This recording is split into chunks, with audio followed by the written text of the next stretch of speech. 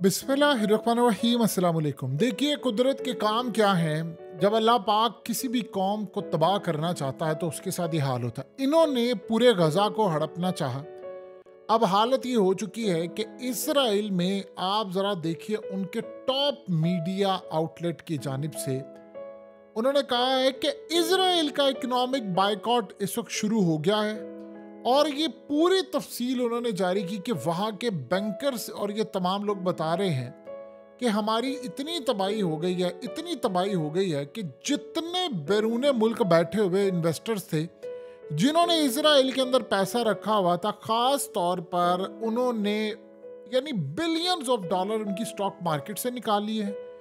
और यानी समझ लें कि 34 बिलियन शेकल वहाँ से निकाल लिए गए, 8 बिलियन इक्विटी से, 14 बिलियन इन्होंने गवर्नमेंट बॉन्ड से। इसी तरह करते करते यानी आप ये समझ लें कि पूरे मुल्क में अरबों डॉलर्स उन्होंने निकाल लिए। अब ये तो मामला है, उसके बाद उनके जो खास तौर पर ब्रांड्स हैं, चीज़ें वीरान पड़ा हुआ है सब कुछ।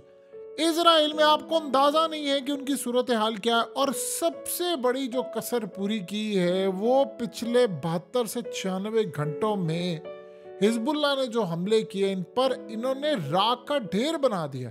इतनी आग वहां पर लगाई है, इतने हमले किए, आयरन डोम तबाह कर दिया, मिलिट्री बेसिस पर हमले और तमाम चीज़ों पर। अब ये कह रहे हैं कि हमने हिजबुल्लाह से जंग करनी है। अब इकोनॉमी की सूरत हाल ये पैदा हुई है, इन्होंने तबाह उनको करना चाहा, कुदरत ने इनको तबाह कर दिया। अब देखिए जो इन्वेस्टर बैठा होता है वो कभी भी इन्वेस्ट नहीं करता उस जगह पर जहां पर उसको पता हो कि जंग छिड़ जानी। अब हिजबुल्लाह ने किया क्या है, उन्होंने इनकी तमाम चीज़ों पर ताबड़तोड़ हमले शुरू कर दी। और पता इनको ये चला कि हमले के दौरान इनका डिफेंस सिस्टम काम नहीं कर पा रहा। बरगद के दरख्त भी उन्होंने जला दिए, तबाह कर दिए और बहुत सारी चीज़ें। अब जब ये इन्वेस्टर ने देखा है तो जो लोकल इन्वेस्टर है, चाहे वो आप ये देखें इसराइल के अंदर मैकडोनल्ड हो, कोई और हो, पापा जॉन हो, कुछ भी हो, कहीं पर कस्टमर नहीं है। और कस्टमर इसलिए नहीं है कि देखिए 15 लाख लोग तो मुल्क छोड़कर चले गए हैं। और सबसे बढ़कर जो सूरत हाल ये पैदा हुई है कि अब खतरा ये पैदा हुआ है कि पिछले चंद दिनों में इतने हमले हुए हैं, उनको ये लग रहा है कि हम पैसा लगाएंगे तो बर्बाद हो जाएगा। ऊपर से हौसियों ने जो काम किया है, उन्होंने इनकी कमर तोड़ के रख दी है। देखिए जो माल इसराइल में, दो चीजें समझिए, जो माल इसराइल में लेट से 100 रुपए का जाता था, अब वो माल जा रहा है 160 रुपए का। और सेल भी उनकी ड्रॉप हो गई है और इन्वेस्टर ने पैसा भी निकाल लिया है। अब आप समझ लें उनका जिंदगी का इस वक्त सिर्फ निज़ाम चल रहा है। ऐसा नहीं है कि इसराइल पहले बड़ा ज़्यादा खुशहाल था। असल में पिछले तकरीबन 2.5-3 साल से नेतन्याहू और इनके बाकी जो थे 5-6 इलेक्शंस ये करवा चुके हैं 3-4 साल में, और स्टेबिलिटी आ ही नहीं रही थी। कभी ये मामला, कभी वो लड़ाई, कभी किसी की लड़ाई, इसी बातों पर जी आज हमने ये करना, हमने जंग कर, इस सारे सिनेरियो में अब ये जंग छेड़ दी है। अब हुआ ये है कि वहाँ से सारा पैसा निकाल लिया उन्होंने और वो सारे मुंतकिल हो रहे हैं और वो अपने बैग्स बांध रहे हैं, एयरपोर्ट की तरफ भाग रहे हैं, निकल रहे हैं, वो यहाँ से निकल रहे हैं, बस ठीक है हम यहाँ से जा रहे हैं, हमने यहाँ रहना ही नहीं। ये इजराइल की सूरत हाल है। अब आप ये सोचें कि ये जंग छेड़ने जा रहे हैं, ये प्लान कर रहे हैं कि हमने हिजबुल्लाह के साथ जंग छेड़नी है। लोग वहाँ से पैसा निकाले, बच्चों को स्कूल से, कॉलेज, यूनिवर्सिटियों से निकाल कर वो बाहर मुंतकिल करे। और ये याद रखिएगा, ये को पाकिस्तान की तरह की सूरत हाल नहीं है कि ये लेमिनेशन नहीं मिल रहा, पासपोर्ट नहीं मिल रहा, हमने बाहर ही जाना, हमारा फलाना सूरत हाल है, हमें नौकरियां कौन देगा। इजराइल में 99% वो लोग हैं जिनके पास दोहरी शरीयत है। किसी के पास अमेरिका की है, किसी के पास रूस की है, किसी के पास किसी मुल्क की है। और याद रखिएगा ये स्किल्ड लोग हैं, यानी वहाँ पर ज़्यादातर स्किल्ड लोग हैं, उनके पास डिग्रीज हैं, सब कुछ है, वो कहीं भी शिफ्ट हो सकते हैं। उनको ये लग रहा है कि दुनिया में अब हमारे साथ काम करने को कोई तैयार नहीं। मालदीव से लेकर 28 मुल्कों ने इनका बाइकआउट कर दिया है। और ये भी याद रखिएगा दुनिया की बड़ी अब शिपिंग कंपनी की अगर बात कर लें, ये तो इसराइली थे ना जिनके पास बड़े बड़े शिप्स। अब वो कह रहे हैं कि माल इसराइल जाएगा तो हम तबाही है। चाइना से माल जा रहा है, किसी जगह जा रहा है, वो रास्ते में उसको तबाह करें। लंबा रूट आप लेकर जा रहे हैं तो आपको सबसे बड़ी बात यह है कि वहां पर हौसियों ने इन सब ने तबाह कर दिया इनकी इकोनॉमी को। वो रो रहे हैं वहां पर। आप ये देखें ना, जो माल 20 दिन में जाता है वो 70 दिन में जा रहा है, 60 दिन में वो माल जा रहा है, और वो भी डबल प्राइस तकरीबन हो चुकी हुई है और सेल ड्रॉप ऑलरेडी हो गई है। अब वो कह रहे हैं वहां पर कस्टमर नहीं है। देखिए जो लग्जरी आइटम्स होती है, जब मुल्क के हालात ठीक होते हैं तभी ये सिस्टम चल रहा होता है। जब आप जंग के अंदर हैं, आप सो रहे हैं रात को और आपके मोबाइलों के ऊपर मैसेज आ रहे हैं, आप क्लब में डांस कर रहे हैं और सबके मोबाइलों पर मैसेज आ रहे हैं और सारे वहां से भाग रहे हैं। मीडिया तो उनका मैनेज किया हुआ है, वो दिखा नहीं रहे आपको। आप सोचो उनका हाल क्या होता है। वहां से रॉकेट आ रहा है, वहां से मिसाइल आ रहा है, फलाना आ रहा है, ये आ रहा है। और देखिए सबसे बड़ी बात ये है कि जो इन्होंने गजा में किया वो लोग तो सह गए हैं, ये लोग सहेंगे।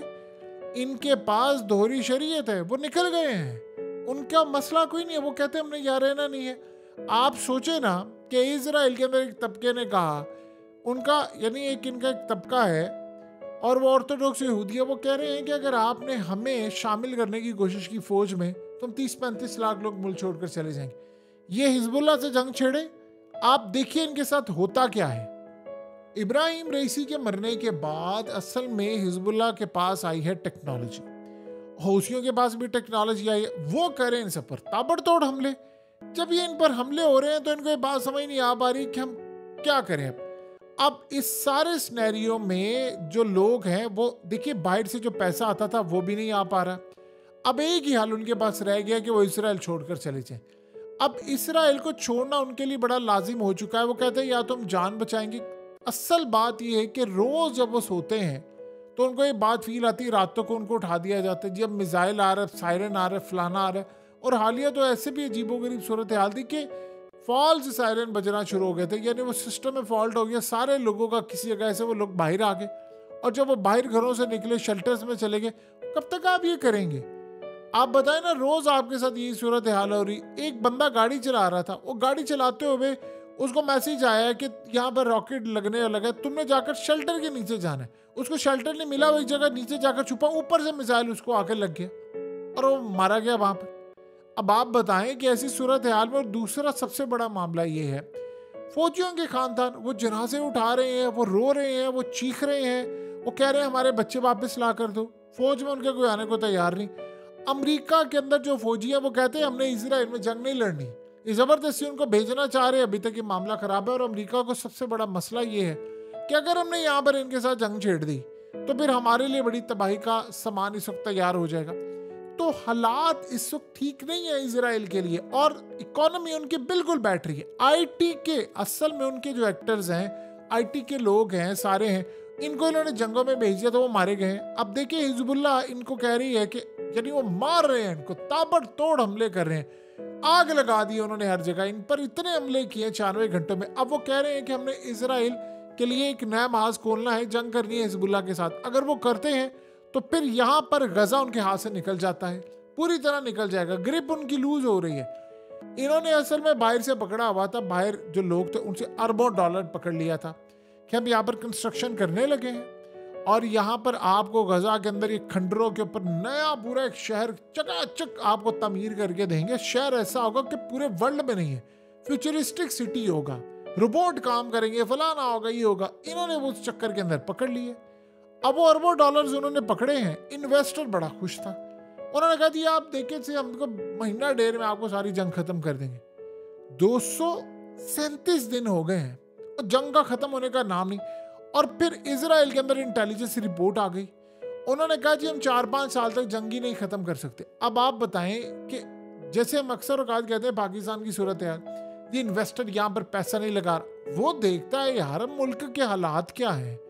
लोग जिस आप सोचेंगे, देखिए बाहर से जो इन्वेस्टर होता है, सऊदी अरब का हो, चाइना का हो या और किसी कंट्री का, यूरोप का, यूएस, वो ये देखता है यार पाकिस्तान के अंदर लोग ये को 30-35 लाख लोग मुल्क छोड़कर चले गए। और उनको देखिए इन्वेस्टर जो होता है जिसने को 5-10 अरब डॉलर इन्वेस्ट करना है, 1 अरब डॉलर करना है, मिलियंस ऑफ, उसके लिए मसला कोई नहीं होता। 4-5 करोड़ रुपया देकर पूरी मार्केट का सर्वे करवाते हैं और उसके बाद वो हालात जांचते हैं, इनकी बाइंग पावर के, इनके लोग क्या। वो ये देख रहे हैं कि पाकिस्तान की तो 10 करोड़ आबादी तैयार है मुल्क छोड़ने के लिए, उनका हाथ नहीं पड़ा, नौकरियां दुनिया में है नहीं, तो यहाँ से जा रही है तो हमने पैसा लगाकर कमाना कहाँ से। और इनकी तो सूरत हाल ये है कि पता कोई नहीं है, इनका मुल्क किसी भी वक्त डूब जाए। एग्जैक्टली यही सूरत हाल होती है इजराइल के अंदर। आप ये ना देखें कि इजराइल की फौज कर क्या रही है, वो कितने मार रहे हैं, क्या सूरत हाल है। आप ये देखें कि खदशा क्या है। देखिए, सबसे बड़ी बात है, मुसलमानों के मुकद्दस मकाम महात को आप शहीद करने की कोशिश करेंगे, क्या पूरे जगह से मुसलमान आकर इनके खिलाफ जंग नहीं छेड़ेंगे? हिजबुल्लाह से जंग छेड़ेंगे, वो आपके शहरों पर हमला नहीं करेंगे? स्टॉक मार्केट आपकी क्रैश हो रही है, आपके मुल्क में ये जो आग लग रही है, इतनी बुरी सूरत हाल में आपकी बेसिर रो रही है, क्या वहां पर स्टॉक मार्केट में लोगों को पता नहीं है? वो ये नहीं देख रहे कि हालात क्या है? अगर आप लोगों को पता है, हकीकत ही भी आपको बता रहा है, या बाकी लोगों को पता, तो क्या इस सारी सूरत हाल में दुनिया के अंदर जो इन्वेस्टर जिन्होंने अरबों शेकल्स वहां पर इन्वेस्ट किए हुए, मैकडोनल्ड से लेकर ये वो, उनको नहीं पता? आप सोचे इजराइल में मैकडोनल्ड की सेल ड्रॉप हो चुकी है, बाकी दुनिया का क्या करना? वहां पर लोग, असल प्रॉब्लम यह है कि इजरायली मुल्क छोड़कर जा रहे हैं। और उसके अलावा देखिए सबसे बड़ा काम, देखिए लाखों के हिसाब से लोग, करोड़ों में ये कन्वर्ट हो रहे थे, इजराइल विजिट करते हैं, और वो विजिट करते इलाद शहर आते हैं, वहां अगर एंजॉय करते, वो वीरान पड़ा हुआ है, ऐसा लग रहा है वहां पर तो शैतानी कुव्वतें आकर बसेरा कर रही हैं वहां पर, क्योंकि खाली जगह है। तो इस सारे सिनेरियो में इनके साथ हो क्या रहा है? आप ये मत देखें कि वो जी मार रहे हैं, फलाना करे, उनके अंदर की इनको पता नहीं, इनकी बेस टूटी जा रही है। और अगर इस सारे सिनेरियो में देखिए लोग कितने हैं, 90 लाख में से 75 लाख बाकी रह गए, और अब बाकी भी जा रहे हैं, इन्वेस्टर भी पैसा निकाल रहा है, और हर कोई ये सोच रहा है कि हमारा फ्यूचर क्या है। देखिए इन्होंने दो ही काम होंगे, ये याद रखिएगा, दो काम होंगे, या तो आप इस जंग के अंदर पूरे का पूरा गजा फलस्तीन सारा खा जाएंगे, और उसके बाद आपके ऊपर कोई 10-15 फ्रंट से जंग छिड़ जाएगी। रशिया भी शाम के अंदर होगा, एग्जैक्टली इसी तरह ईरान भी जंग छेड़ देगा, हिजबुल्लाह भी जंग छेड़ देगा। ये सारे के सारे जब जंग छेड़ देंगे तो आप बताइए कि क्या ये बर्दाश्त कर सकते हैं? और फिर इतने मामूली की जंग आ जाएगी तो उसके बाद क्या इनके मुल्क के अंदर वो जंगें मुसल्लत नहीं होंगी? एग्जैक्टली होंगी। अब आप सोचें कि जब ईरान ने हमला किया था, उस हमले के बाद क्या हुआ? इनकी स्टॉक मार्केट क्रैश हो गई थी, वहां से लोग भाग गए थे, वो कह रहे थे यार नहीं अब तो खेल खत्म। अब जब ये काम करेंगे तो बहुत बड़ी जंग इन पर मुसल्लत होगी। अब यही वो वजह है कि सारे लोग वहां से कह रहे हैं हम भाग रहे हैं। अब फौज का मसला इनका ये, देखिए असल बात ये थी, ये सिर्फ एक चीज में आगे थे, और वो ये थी कि अमेरिका इनके साथ था, यूरोप इनके साथ था, और टेक्नोलॉजी में ये आगे थे। अब वो भरम भी इनके टूट गए हैं। अब आप देखिए ना कि आपके ऊपर एक मिसाइल आकर लग रहा है किरियात शिमोना और ये फलानी फलानी जगह पर, और आप मैनेज नहीं कर पा रहे उस मिसाइल को। आपका आयरन डोम फेल हो गया, आपके आयरन डोम की बैटरीज उड़ाई जा रही है, आप बाहर के मुल्क से मंगवा रहे हैं। छोटी छोटी जो प्रॉपर्टीज है वहां पर, कंस्ट्रक्शन का काम है, वो भी आप मैनेज नहीं कर पा रहे। और ये याद रखिएगा, बहुत सारे इजराइल के अंदर लाखों की तादाद में गजा के लोग काम करते थे आकर, यानी छोटी छोटी सब्जियों से लेकर तमाम चीजें वो वहां पर पहुंचा रहे हैं। अब वो सारा आपने तबाह कर दिया, वो इमदाद के आसरों के ऊपर बैठे हुए। तो इसराइल के अंदर वो जो कंस्ट्रक्शन हो रही थी, इंडियंस इन्होंने मंगवाए थे वर्कर्स, वो काम नहीं कर पा रहे सही तरह। देखिए जो काम उनको पता है, इनको अंदाजा नहीं है कि वहाँ के इन्वायरमेंट की सूरत हाल क्या है, लैंग्वेज का बड़ा बैरियर है और बहुत सारी चीजें हैं, और वो उनको लगता है ये लेबर ठीक भी नहीं है, यानी इन्होंने भेज तो दिया लेकिन काम नहीं है। जाहिर सी बात है वहां पर तो इन्होंने भेज दिया था कि जी इंडिया के अंदर पैसा आएगा, ये आएगा, वो आएगा, हमें बहुत सारे रेमिटेंस मिलेगा, लेकिन सूरत हाल बिल्कुल ठीक नहीं है।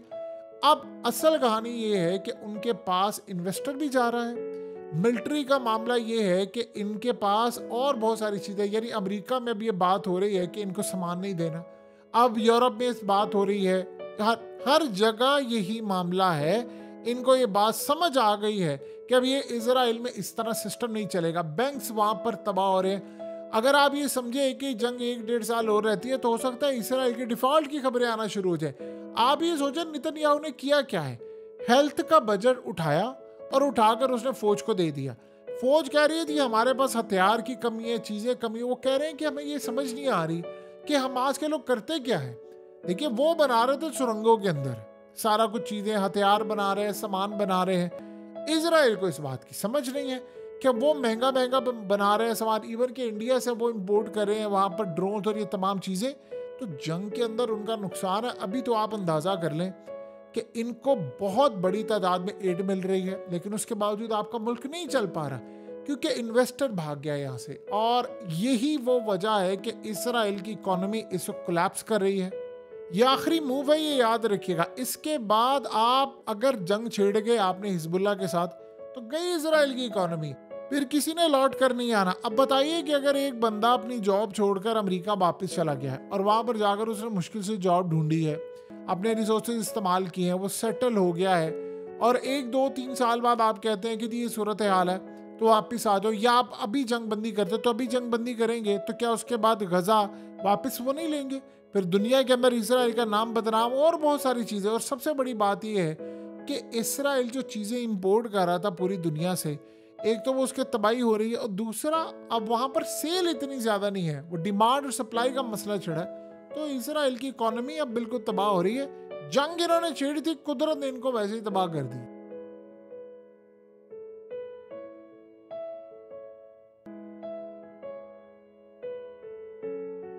हकीकत टीवी को सब्सक्राइब करना मत भूलें, वीडियो को लाइक करें, शेयर करें और कमेंट सेक्शन में अपनी राय का इजहार ज़रूर करें।